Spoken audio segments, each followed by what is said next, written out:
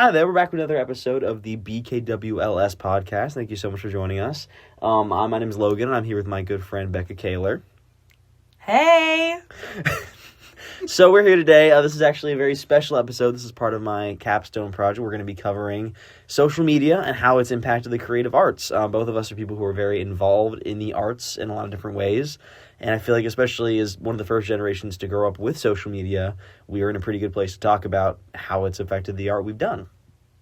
Yeah, absolutely. It's so important to the kind of art forms that we're involved in, and it's really kind of taken our medias by storm. 100%. I mean, I think the first place we can start is just how big it is for our generation in general. I mean, I know I only got social media. I think I got Instagram when I was 13 or something like that. But I was 14. But even some people got it way earlier than that, like single digits, which is kind of a crazy thing to think about. How do you even process life or any hobby you could get into without social media at that point? Right. No, yeah, for sure. I mean, I think I was probably around the same ages when I got social media. I want to say like Snapchat was the first, maybe in like the 7th grade. I think I got an Instagram. Maybe I got an Instagram first, maybe like 6th grade. That was probably like 11 or 12, but still, yeah, I mean, it had a huge impact on those earlier teenage years and definitely has transcended into early adult life as well.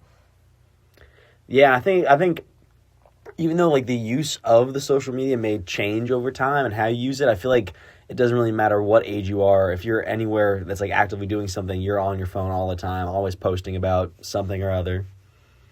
Yeah, and I think in some ways, like, you almost have to be, especially with the kind of media we pursue. I think that, unfortunately, like, social media and our devices are something that are so necessary and integral to what we do that you kind of can't put the phone down. You can't stop being a quote-unquote a screenager. It's just so vital to the things we do. I mean, that's really true. And it's so weird to think about how much there's a concept where it's living in a symbolic reality where you don't even process the things you do as the things you do. You always compare them to some piece of media, whether it's TV or movies. And in this case, I think social media is kind of a part of that now where you almost remember events for the posts that are up about them more than the actual event sometimes. Yeah. Which I think makes it so important when you have like live art that happens, when it's so important to cover it in a good representative way on social media, whether it's like production photos of a show or whether it's like concert media, things like that. It's really important to make sure that social media is covering things in like an authentic, good representation. Yeah, I mean, as much as I like to complain about social media and how much we rely on it and things like that, I also can't pretend that it's not a great way to increase accessibility and communication for artists and stuff like that, especially when so many things nowadays are so expensive or so inaccessible. I mean, I do think that as much as it can be frustrating with social media being so heavily involved in our lives, it kind of feels like there's really no separation, like you're talking about, between real life and social media. It's just kind of all so heavily integrated. I like to try and think about some of the positive aspects. I'm never going to get over to go see Coachella, but you know what? I practically have seen all of it on Instagram and on TikTok, and I wouldn't get to see or enjoy any of that art because it's not accessible to me. So as much as it can be, you know, an annoyance and social media can be such a negative thing at times, I think also just it would be, I don't know, unassuming or just like, I don't know the right word for it at this moment, but just... It'd be unfair. Unfair to not at least acknowledge those like positive qualities that are so important specifically to us as people in the arts. Absolutely. I know, I agree. And on that note, as far as like us as people in the arts and how that affects our lives, like I know you have a lot of aspirations of being involved with like directing and acting and things like that. And I'm someone who's really involved in like wanting to make music.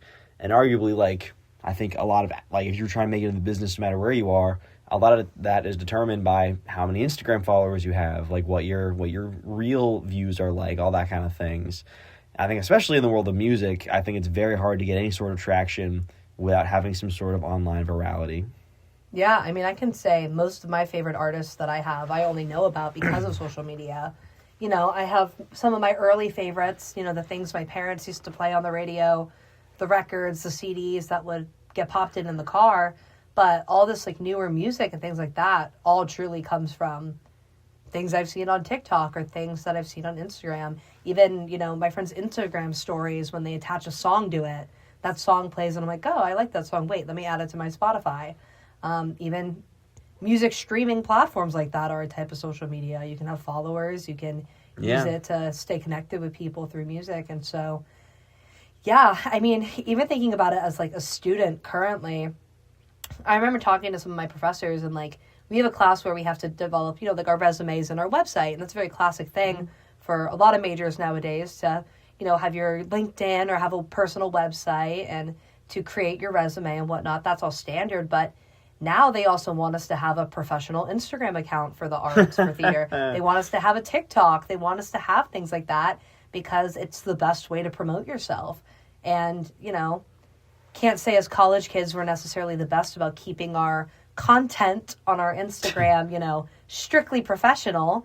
So, yeah, we're encouraged in class, and it's even an assignment. We get graded on Instagram the posts? creation Wow. of making an Instagram account. Not necessarily posting on it, but they think it's so vital to what we do nowadays in this point in time that they want all of us to have a professional Instagram and to have that website and to have everything linked to a place where you can access all of our different things so they can see us and we can get ourselves out there. Yeah, absolutely. I'm curious, do they have you do anything on LinkedIn? No, not for musical theater. And that's really interesting because, like, when you think, like, social media and employment, like, LinkedIn's kind of the thing. Yeah. And so, and, like, I have a lot of friends, like, I'm in a fraternity, and as part of our, like, new member process, they have us, like, all make LinkedIn accounts, like, because it's so important to do.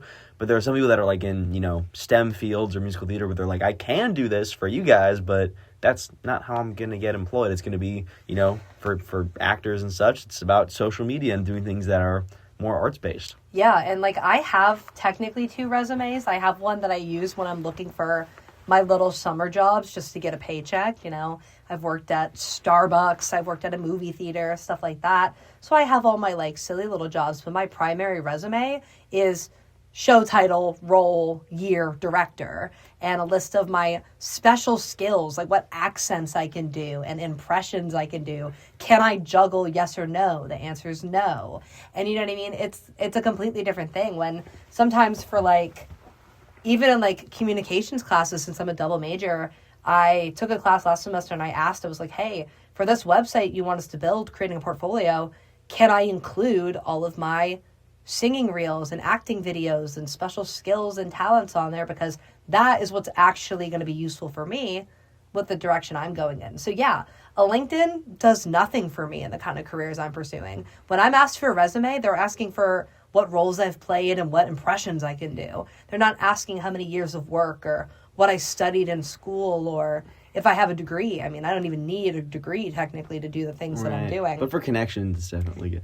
That's ultimately what social media is. It's just making connections. And in a weird way, it almost feels like, not to get too like theoretical, but when it comes to like having an arts platform on social media, it almost feels like that platform serves as an audition. Like every time someone views it, they're trying to get a snapshot of who you are as an artist. Like in 5 posts, do I think you're worth my time? Yeah. Which is a wild thing to think about. Which, like, you know, I'm kind of straddling the line between wanting to pursue music and wanting to pursue like proper journalism, marketing type jobs. And so I try to keep at least a couple pictures of me playing an instrument in my feed at any given time. It's like, hey, you never know if someone's gonna take a look at that. And well, especially too if you're applying for any kind of journalism or marketing jobs that are in music or in theater. I mean, they need people to market those albums and to market artists and stuff like that. And who better to do that than another artist?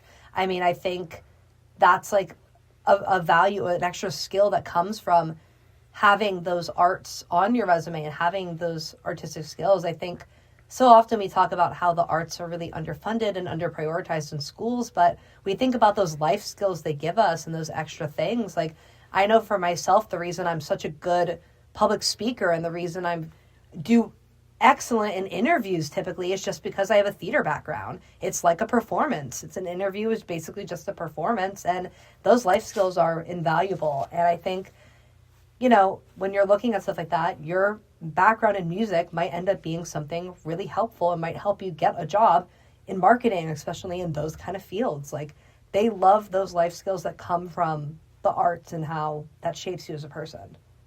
Yeah. No, I absolutely agree. And what's interesting is that, if we were 10 years younger, we would be having this conversation.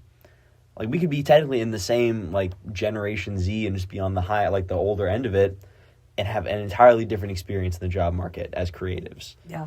Like, thinking back to, like, who was popular in the arts when I was a kid, my mind goes to, like, One Republic. Like, they had a million hits on the radio.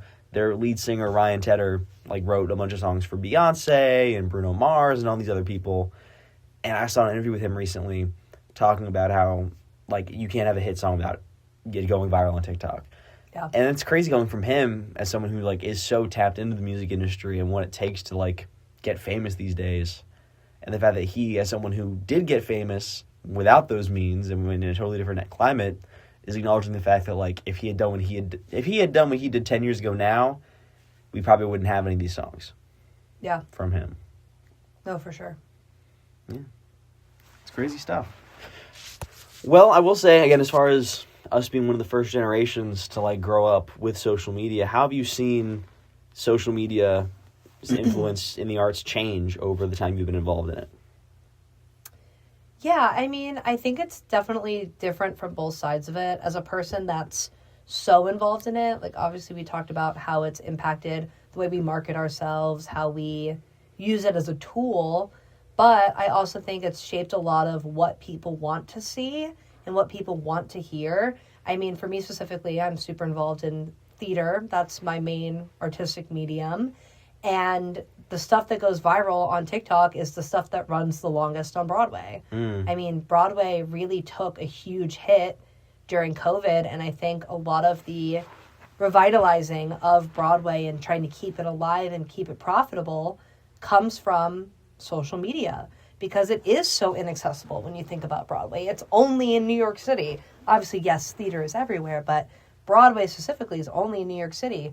And it's expensive to see these shows. I mean, I took a trip recently and I was fortunate to get student rush tickets, but the student rush ticket was still $70. Ooh. That's not Yeah. exactly, you know what I mean? And, some of the shows are cheaper, granted. I went to see one of the more popular shows, but I wanted to go see one of the more popular shows because I had seen all about it on TikTok and on Instagram, and it piqued my interest versus some of these other shows that aren't viral, that aren't really being spoken about on social media, which will likely only run for a few months and then unfortunately have to close. So everybody's looking for that viral moment. And I think it's why we've been seeing so much more in theater recently with stunt casting shows. Because they have such a huge social media following, it's going to get people to come see the show. Why do we think Megan the Stallion is in Moulin Rouge on Broadway? That is an absolutely crazy pull, and she doesn't come from a primary theater background or anything. So, but you see the name Megan the Stallion in a Broadway musical, Moulin and you Rouge. gotta go see it. Yeah. You have to go see it.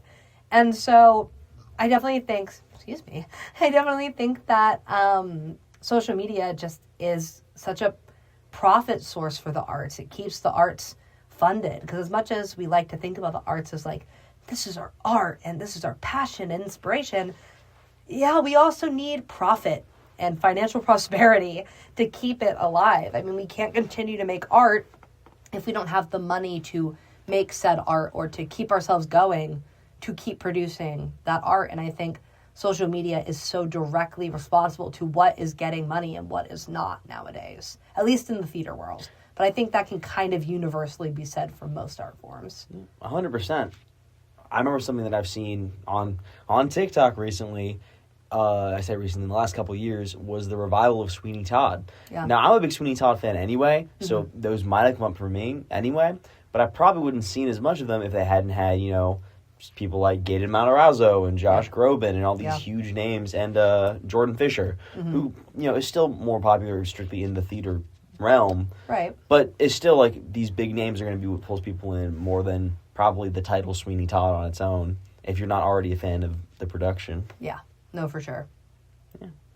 Well, I think our big takeaways here are, I think social media is a really great opportunity to expand your scope on what's out there in the arts, and it's a great way for artists to kind of get themselves out there in new ways. But there's the double-edged sword of, because of its increased importance, it requires more responsibility and a lot more effort to be put into that than maybe we'd like to see put into the work itself. Yeah, no, for sure. Yeah. Well, with that double-edged sword, we're going to cut this episode of the BKWLS podcast. Thank you so much for joining me again, Becca. Yes, of course, anytime. And thank you so much at home for joining us as well. We will see you in another episode.